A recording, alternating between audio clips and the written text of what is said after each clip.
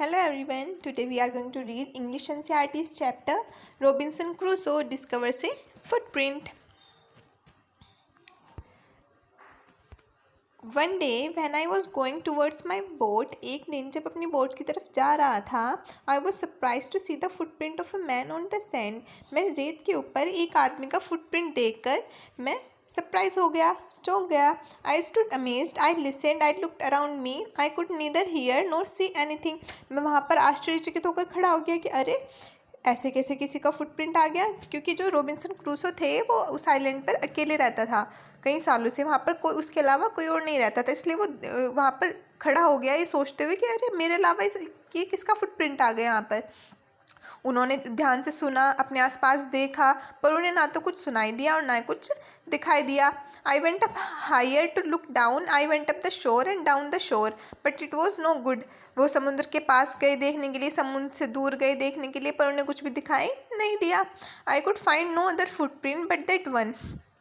वो कहते हैं मुझे कुछ भी उस अकेले फुटप्रिंट के अलावा मुझे और कोई फुटप्रिंट भी नहीं मिला. I went it to again and to see if there were any more footprints. वो उस फुटप्रिंट के दोबारा वापस गए और देखने के लिए कि कहीं और फुटप्रिंट तो नहीं है. And to tell if it been my imagination, कहीं मेरा इमेजिनेशन तो नहीं है कि कहीं ये फुटप्रिंट ना हो, कुछ और हो. But I was not mistaken, पर उन्हें कोई भूल नहीं हुई थी. For there was exactly the print of foot. उन्होंने देखा कि वो सच में एक पैर का निशान था. Toes, heel, every part of a foot, उस पर सब कुछ था. पैर के अंगूठे, हील होती है एड़ियाँ, और जितने भी पैर पर पार्ट्स होते हैं वो सभी. I could not imagine how it came there. वो कहते हैं कि मैं सोच नहीं पा रहा था कि ये यहाँ पर आया कैसे.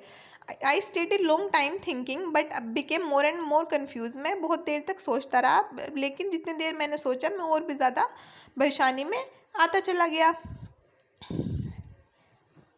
Eight last I return home very frightened, looking behind me after every 2 or 3 steps. लेकिन आखिरकार मैं अपने घर की तरफ लौटने लगा बहुत ही डरा हुआ. 2-3 कदम आगे बढ़ाते हुए मैं बार बार पीछे देखता. Mistaking every bush and tree to man, मुझे हर पेड़ और झाड़ी एक आदमी की तरह दिखाई देती. When I came to my cave which I called my castle, I ran inside it as if I was being chased. वो एक केव में रहते थे जिसको बुलाते थे कैसल. कैसल होता है महल और केव होती है गुफा.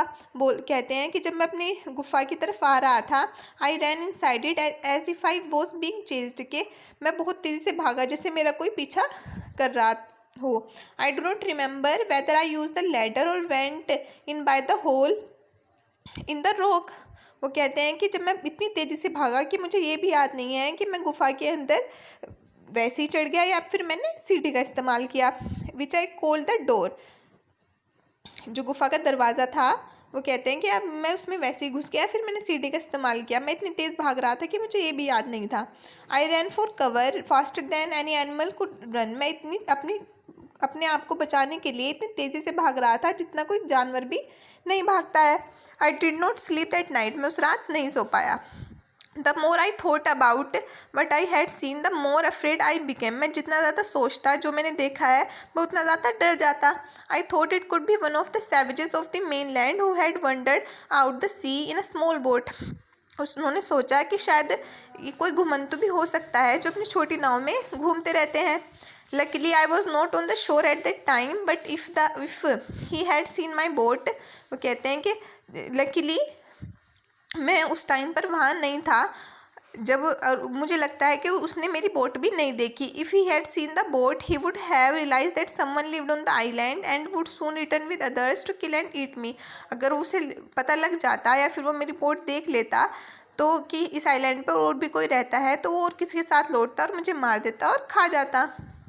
And so I lay fearful for many days and prayed for protection. तो मैं अपनी गुफा में ही पड़ा रहा बहुत दिन तक और भगवान से प्रार्थना करता रहा अपनी सेफ्टी के लिए. इन डूइंग सो, ऐसा करते हुए, I was so much comforted and began going out to investigate.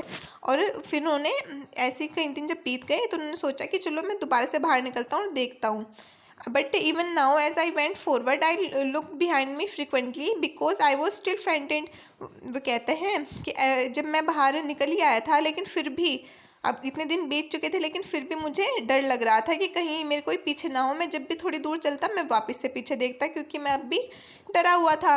However, as I went about for 2 or 3 days and saw nothing, I became a little bolder. लेकिन जैसे ही दो या 3 दिन बीत गए, उन्होंने देखा कि उनके पीछे ना तो कोई आता है और ना कोई उन्हें दिखाई दिया, तो थोड़े बोल्डर, मतलब थोड़ी जो उनकी हिचकिचाहट थी वो ख़त्म हो गई, या मतलब थोड़ी हो गई। I decided to go down to the shore again and examine the footprint once more.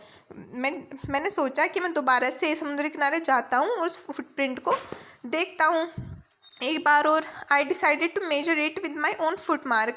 मैंने डिसाइड किया कि मैं उस फुटप्रिंट को अपने पैर के निशान से मिलाकर देखूंगा।